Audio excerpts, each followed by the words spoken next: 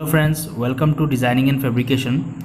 আজি আমি ডিসকাস কৰিম ওয়েল্ডাৰ MCQ পুৰণা পেপাৰ এখন 27 নম্বৰ কোৱেশ্চনৰ পৰা ইয়াৰ আগৰ ভিডিঅ'ত পাৰ্ট 4 ভিডিঅ'ত 26 নম্বৰ কোৱেশ্চনকে অলৰেডি ডিসকাশন কৰা হৈছে তো নাইছোৱা যদি প্লেলিষ্টত গৈ ভিডিঅ'বোৰ চাই ল'ব আগৰবোৰ তো 27 নম্বৰ কোৱেশ্চনটো কৈছে The need for pre and post heating carbon steel may be indicated by preheating আৰু post heating যে দৰকাৰ হয় এটো কিহৰ ওপৰত নিৰ্ভৰ কৰে Ferrite number, carbon equivalent, martensite content, austenite content.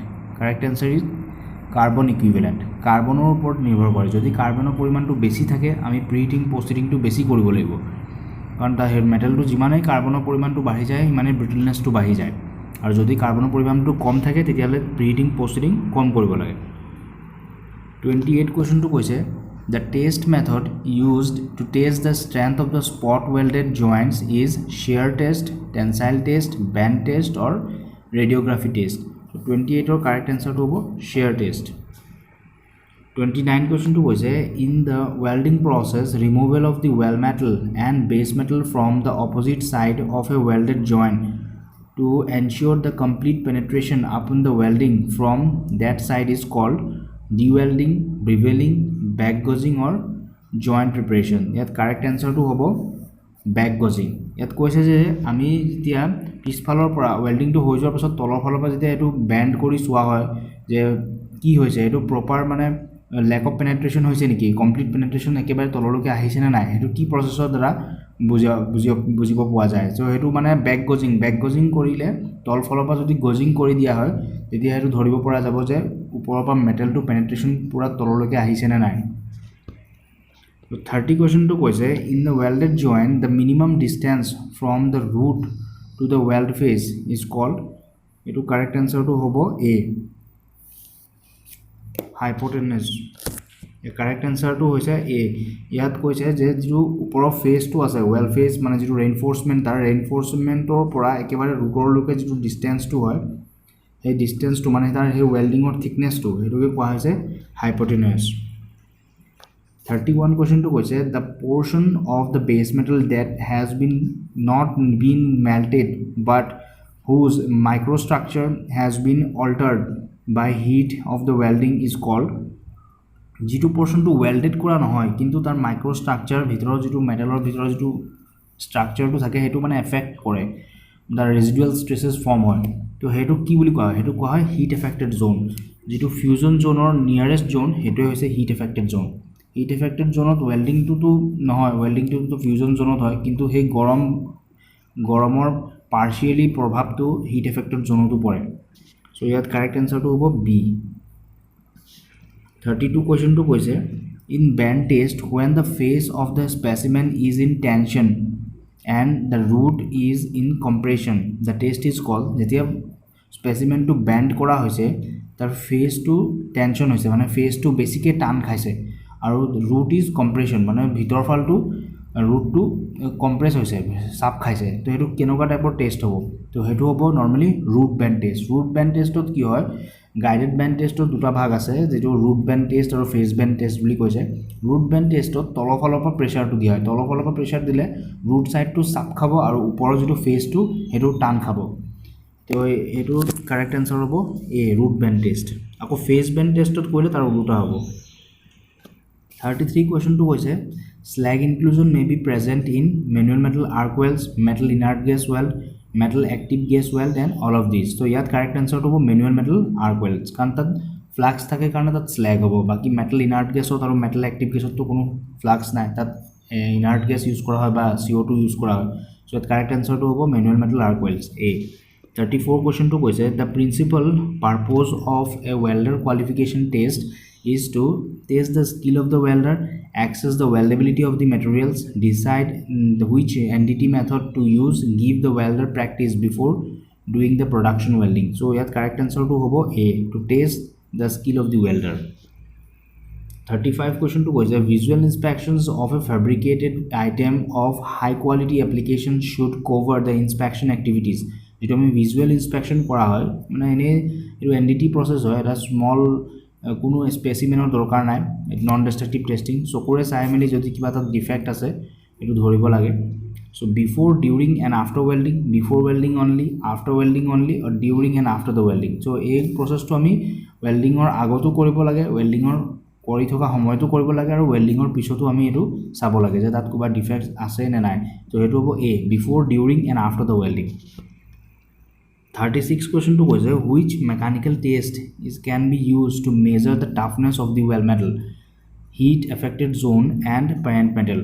Micro examination, neck break test, hardness test, or Charpy impact test?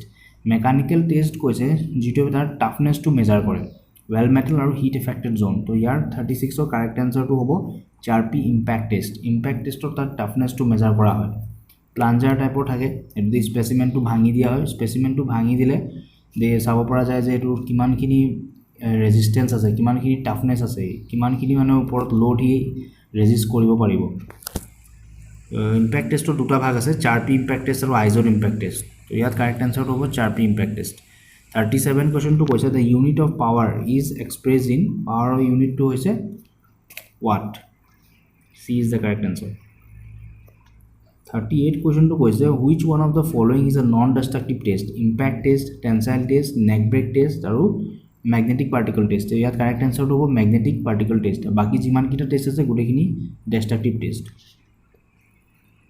39 কোৱেশ্চনটো কৈছে the advantage of the electron beam welding, single pass welding of thick joints, low distortion, narrow heat affected zone, all of these। so ইয়াত correct আনসাৰটো হ'ব all of these। Electron beam ওয়েল্ডিঙৰ এই তিনিটাই প্ৰভাৱ আছে, ডিস্টৰশনো কম হয়, হিট এফেক্টেড জোনটো বহুত কম হয়, ইমান বহল নহয়, আৰু থিক মেটেল হকত মেটেলো ইজিলি সিঙ্গল পাছতে ওয়েল্ড কৰিব পাৰে। 40 কোৱেশ্চনটো কৈছে using of oil or grease on an oxygen regulator is likely to cause grease to burn, causes the regulator to burn, cause the cylinder to explode, all of this. ইয়াতো গোটেইকেইটাই correct হ'ব, কাৰণ আমি কেতিয়াও ৰেগুলেটৰত কেতিয়াও অয়েল বা grease দিব নালাগে, কাৰণ দিলে সিলিণ্ডাৰো এক্সপ্লোড হ'ব, গ্ৰীজটোতো জ্বলিবই আৰু লগতে ৰেগুলেটৰো জ্বলিব। To cause the grease to burn, গ্ৰীজটো বাৰ্ন হ'ব, cause the regulator to burn, ৰেগুলেটৰটোও জ্বলিব, cause the cylinder to explode, সিলিণ্ডাৰো এক্সপ্লোড হ'ব। So it correct answer is all of this. 41 কোৱেশ্চনটো কৈছে the welding process in submerged arc welding and electro slag welding are similar in that both are arc welding process, both use shielding gases, both use a granular flux which becomes molten, all of this। so yat correct answer to hobo C, both uses a granular flux which becomes molten। tat kono shielding gases na lage, at granular flux jodi use kora hoy jetu welding or karone melting hoy jay। 42 question to koise in the 1G position for welding pipes the pipe must be rotated, angle, horizontal and vertical। so pipe position normally চাৰিটা আছে 1G 2G 5G and 6G। 1G positionত কি হয় পাইপটো rotate হয় আৰু horizontal হয়, mainly horizontally থাকে পাইপটো, flat থাকে and rotated। বাকি 5G আৰু 1G একে, খালি 5G fixed থাকে 1G rotated থাকে। so ইয়াত correct answer হ'ব A, rotated। 43 question to কৈছে the circle is used in a welding symbol means that welding is, the welding ot ami arrow symbol jibilak thake, arrow symbol ot kiteba corner arrow pura full eta circle dia hoy, he circle tor ortho ki to ensure the subsequent deposits are sound, to be all around the joint, to remove any excess flux, to relieve the stresses in the first place। so the arrow symbol dia hoy, arrow symbol or jetu corner point thake hetut kiteba full circle ta dia hoy, he full circle অর্থ হইছে welding all around, মানে আমি এরো সাইডটো welding কৰিব লাগিব, আদাৰ সাইডটো welding কৰিব লাগিব, to be all around the joint. ইয়াত B is the correct answer. 44 কোৱেশ্চনটো কৈছে how is the thickness of thin metal sheets measure, thin মেটেলৰ কেনেকৈ शीट মেটেলখিনি আমি কেনেকৈ থিকনেছটো মেজাৰ কৰোঁ, by micrometer, by gauge, by caliper, all of this. So ইয়াত কাৰেক্ট আনসাৰটো হ'ব বাই মাইক্ৰমিটাৰ। 1 মাইক্ৰন ইয়াৰ মেজারমেন্ট করা হয় by 1 micron, 1 × 10⁻⁶ metre. 45 question to কৈছে the graphic descriptions of any type of the weld is called as tail, reference line, weld symbol, arrow। so graphic description যেটো কৰা হয় এটো তাৰ weld symbol দি বুজোৱা হয়। so C is the correct answer। 46 কৈছে the root band test is used to test the amount of weld, ductility, elongation, hardness and penetration. So ইয়াত correct answer to ductility. A is the correct answer. Normally root band test ho ya phase band test ho jitu guided band test normally to measure the ductility of a metal. A is the correct answer. 47 to কৈছে when testing parts with magnetic particle test, it is best to magnetize the part in two directions at right angles to each other, with AC whenever possible, with DC whenever possible, with an amperage of at least 100 amperes. So correct answer to with DC whenever possible, কারণ DC দুটা পোলাৰিটি থাকে তাত magnet form হয়, so হেতু হয় তুমি magnetic particle টেষ্টটো কৰিব পৰা যায়। 48 to কৈছে friction welding is suitable to weld rectangular job, square job, circular job, irregular job. Normally friction welding to circular job বা cylindrical job কাৰণে favorable হয়, so that C is the correct answer. 49 question to কৈছে if the number of passes to make the welded joint is increased, how will it affect distortion? যদি যিমান আমি passes যদি welding কৰো বেছি pass দিও বা passes to যদি আমি বঢ়াই দিও, এবাৰ welding কৰিলো root run কৰিলো তাৰ ওপৰত আকৌ intermediate run কৰিলো তাৰ ওপৰত আকৌ cover run কৰিলো, যদি তেনেকৈ passes বোৰ বঢ়াই যাওঁতে distortionত কেনেকুৱা এফেক্ট কৰিব? It will increase the distortion, it will decrease distortion, it will no effect on distortion, it will have very little effect on distortion. The correct answer to hobo it will increase distortion, কারণ আমি বেছি ডেপথলৈকে pass কৰিব লাগে কিন্তু কম pass কৰিব লাগে, যিমানে বেছি পাস কৰা হ'ব সিমানে ডিস্টৰশন বাঢ়িব। 50 লাস্ট কোৱেশ্চনটো হৈছে one of the reasons for avoiding the use of long arc during the welding is that it increases the open circuit voltage, it will give the lack of fusions of the base metal, the joint will develop cracks during the welding, it consumes more electron. আমি normally যেটো লং arc হয় হেতু avoid কৰিব লাগে। তিন ৰকমৰ arc আছে, লং arc, short arc আৰু মিডিয়াম আৰ্ক। সো মিডিয়াম আৰ্কটো তো আটাতকৈ বেস্ট হয়, শৰ্ট আৰ্কো কেতিয়াবা দৰকাৰ হয় মোৰ পেনিট্ৰেশনৰ কাৰণে, ৰুট ৰানৰ কাৰণে।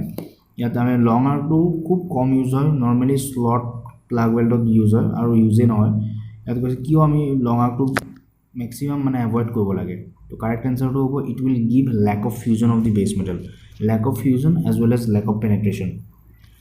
তো কারেক্ট আনসারটো হ'ব বি। সো ফ্ৰেণ্ডছ আজিলৈ ইমানেই, এই পেপাৰখন ইয়াতে শেষ হৈছে। নেক্সট আমি এখন নতুন পেপাৰ ডিছকাছ কৰিম। সো আগৰ ভিডিঅ'খিনি আপুনি প্লেলিষ্টত গৈ চাই থাকিব আৰু যিমান পাৰে লাইক কৰিব, শ্বেয়াৰ কৰিব, ছাবস্ক্ৰাইব কৰিব। থ্যাংকস ফৰ ৱাচিং।